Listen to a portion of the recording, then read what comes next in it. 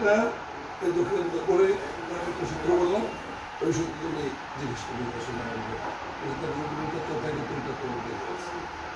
খুব গুরুত্ব দিয়ে শুনছে বাংলার বিষয়টা। তখন এখানে এটা বাংলাগুলো গুলো আছে তা জরুরি ভিত্তিতে মেরামতের জন্য।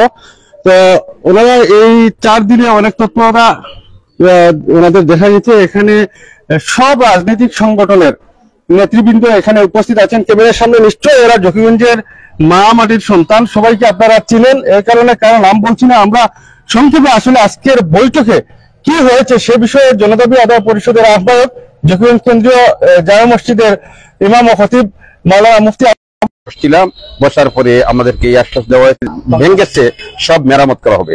আমরা এই দাবি রেখেছি যে সমস্ত স্থান দিয়া বন্যার পানি প্রবেশ করেছে এগুলা যাতে টেকসই মেরামত করা হয় এবং ভবিষ্যতে স্থায়ীভাবে পানি না ঢোকার ব্যবস্থা করা হয়, এই দাবি আমরা রেখেছি। এই পরিপ্রেক্ষিতে আগামী 30 তারিখ আবার ওনাদের সাথে আমাদের বৈঠক হবে। আমাদের জকিগঞ্জের সব রাজনৈতিক দলের নেতৃবৃন্দ এবং সুশীল সমাজ এবং সাংবাদিক বৃন্দ সবাই উপস্থিত থাকবেন। ধন্যবাদ সবাই।